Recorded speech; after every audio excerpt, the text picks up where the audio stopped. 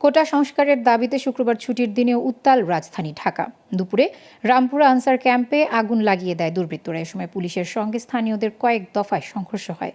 এছাড়া মহাখালী, ধানমন্ডি, যাত্রাবাড়ি, উত্তরা সহ বেশ কয়েক স্থানে অর্ধ শতাধিক গাড়ি ভাঙচুর ও অগ্নিসংযোগ করে বিক্ষুব্ধরা। শেষ খবর পাওয়া পর্যন্ত বাড্ডায় 2 জন, রামপুরায় 1 জন ও যাত্রাবাড়িতে 1 জন সহ কমপক্ষে 11 জন নিহত হয়েছে। আহত হয়েছে শতাধিক। এদিকে রাজধানীতে নামানো হয়েছে 75 প্লাটুন বিজিবি। বিস্তারিত জানাচ্ছেন আঞ্জাম খালেক। সরকারি চাকরিতে কোটা সংস্কারের দাবিতে শুক্রবার সরকারি ছুটির দিনেও উত্তপ্ত ছিল রাজধানী ঢাকা। সকাল থেকে রামপুরা, বাড্ডা, গুলশান, মহাখালী, যাত্রাবাড়ি, উত্তরা সহ গুরুত্বপূর্ণ সব পয়েন্টে আন্দোলনরত শিক্ষার্থীদের সঙ্গে সংঘর্ষে জড়ায় পুলিশ, বিজিবি। বিক্ষুব্ধরা ইটপাটকেল ছুড়লে এভাবেই সাউন্ড গ্রেনেড, টিয়ার শেল ছুড়ে তাদের পিছু হটানোর চেষ্টা করে আইনশৃঙ্খলা বাহিনী। দুপুরে রামপুরার আনসার ক্যাম্পে আগুন লাগায় বিক্ষুব্ধরা। কয়েকটি গাড়িও পুড়িয়ে দেয় তারা। এ সময় পুলিশ, বিজিবির সঙ্গে ব্যাপক সংঘর্ষ হয়। স্থানীয়দের দাবি, বিনা উস্কানিতে police sound grenade, tear shell ছুটছে। আমার সামনে 2 জন মানুষ মনে করেন যে কি গুলিবিদ্ধ অবস্থায় পড়ে রয়েছে, তাদেরকে আমি গাড়ি রিস্কাতে উঠে দিয়েছি। এটা কি স্বাধীন দেশ? যারা এদিক দিয়ে হেঁটে আসতেছে তারা বলছে যে 4 জন মারা গেছে রামপুরা ব্রিজের এই জায়গায়। তারপর আমরা এখানে বসে আছি, বসে থাকা অবস্থায় 2 জন গুলিবিদ্ধ অবস্থায় নিয়ে আসছে রিস্কা করে। এটা আলাদা তাঁবুতে আগুন ধরাইছে। দ্বিতীয়বার আমার বিল্ডিংয়ে যখন ধরাইছে তখন কাছে আপনার বেরো যান, আমরা আগুন ধরা দেবো। অলরেডি ধরা হতেছে। হঠাৎই অতিরিক্তভাবে আমাদের ক্যাম্পে আগুন লেগে দিছে। হ্যাঁ, আমাদের আনসার ক্যাম্পে পুরো তাঁবু পুড়ে গেছে। ওখানে একটা মাইক্রো ছিল, মাইক্রোতেও আগুন লেগে দিছে এবং ওরাও আমাদেরকে ওয়ার্নিং দিয়েছে 5 মিনিটের মধ্যে সবাই বাইর হন, আমরা আগুন লেগে দিব। যে যার অবস্থানে আমরা যার যতটুকু পারছি নিয়ে যে এই পজিশনে আসছি ভাই। এর আগে মহাখালী, গুলশান সহ ঢাকার বিভিন্ন স্থানে গাড়িতে অগ্নিসংযোগ করে বিক্ষুব্ধরা। অনেকেই বলছেন সংঘর্ষে শিক্ষার্থীদের চেয়ে উচ্ছৃঙ্খল যুবকদের সংখ্যা বেশি। আসলে যে পোলাপানটি দেখতেছে এখানে একটা পোলাপান স্টুডেন্ট বলতে কিছু নাই, প্রত্যেকটা পোলাপানতে হবে বস্তির কোনো পোলাপান। সরকার চাইলে তো ওনাদের সাথে নেগোসিয়েশন করতে পারে। প্রাইম মিনিস্টার চীন সফর করে শেষ করে আসছেন, উনি ছাত্রদের সাথে কথা বলতো। কথা বলার পরে যদি যৌক্তিক মনে হইতো তাহলে ছাত্রদেরকে বলতো, যদি অযৌক্তিক মনে হইতো তাহলে ওদেরকে নিষেধ করে যেত। কিন্তু এই যে 40-50টা প্রাণ যে চলে গেল, এখন প্রাইম মিনিস্টার এতদিন মানে নাই, এখন মানছে কেন? যদি আগে মানতো কি অপরাধ হইতো? ঢাকার বিভিন্ন স্থানে চলা সংঘর্ষে বেশ কয়েকজন নিহতের খবর পাওয়া গেছে। আহত হয়েছেন শতাধিক। আন্দোলনরত শিক্ষার্থীদের ছত্রভঙ্গ করার জন্য তারা বিভিন্ন রকম সাউন্ড গ্রেনেড, গুলি, রাবার বুলেট সবই কিন্তু নিক্ষেপ করছে এবং আমরা দেখেছি যে সেখানকার যে বিক্ষুব্ধ জনতা রয়েছে তারা কিন্তু পুলিশের ওপরে ইটপাটকেল নিক্ষেপও করছে। এদিকে আজও রাজধানীর সাথে সারা দেশের সড়ক ও রেল যোগাযোগ ব্যাহত হয়েছে। আঞ্জাম খালেক, গ্লোবাল টেলিভিশন, ঢাকা। রাজধানীর বিভিন্ন পয়েন্টে আন্দোলনরত শিক্ষার্থীদের সঙ্গে পুলিশ, বিজিবির দফায় দফায় সংঘর্ষে দিনভর বন্ধ ছিল গণপরিবহন সহ সব ধরনের যানবাহন চলাচল। এতে চরম ভোগান্তিতে পড়েন সাধারণ মানুষ। দুপুরে এভাবেই তারা প্রতিক্রিয়া জানান গণমাধ্যমের কাছে। থেকে মিরপুর 1 নম্বরে যাব, ওইখান থেকে 1 ঘন্টা আগে হাঁটা ধরেছি, এই পর্যন্ত কাইছি, এখনও গাড়ি ঘোড়া পাই নেই।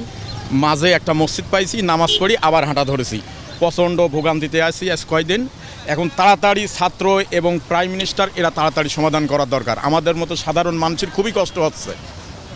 এটা আমি চাই তাড়াতাড়ি এটা একটা সলভ দরকার, রাস্তাঘাটে স্বাভাবিক দরকার। এটা অ্যাম্বুলেন্সকে কেন অ্যাটাক করবে?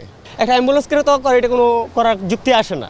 তারপর একটা সিএনজি উনি এই যে 4 নম্বর 5 নম্বর রোড থেকে বাইরে যাচ্ছে, বাইরে নিয়ে রাস্তার মাথা উড়ার আগেই উনি বাইরে শুরু করলো।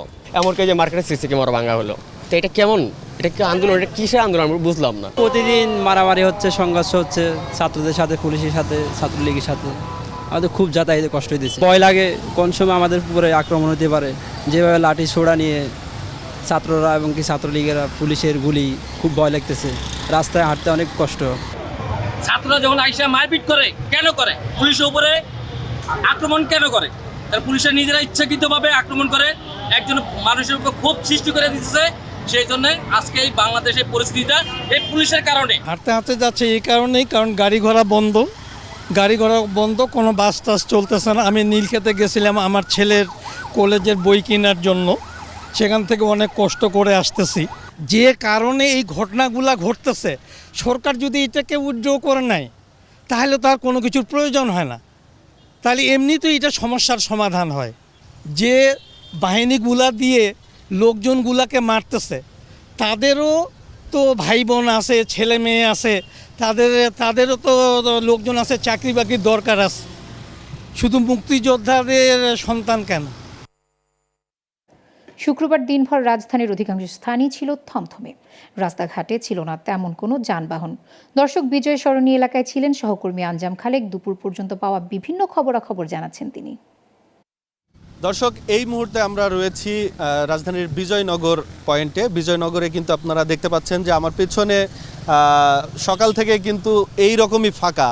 আমরা যদি একটু দেখাই, পুরো এলাকা ঢাকা শহরে কিন্তু পুরো সড়ক জুড়ে এইভাবে থমথমে অবস্থা বিরাজ করছে এবং পুরো সড়কেই কিন্তু গাড়ি চলাচল নেই, মানুষ খুব কম চলাচল করছে, সবাই আতঙ্কে আছে।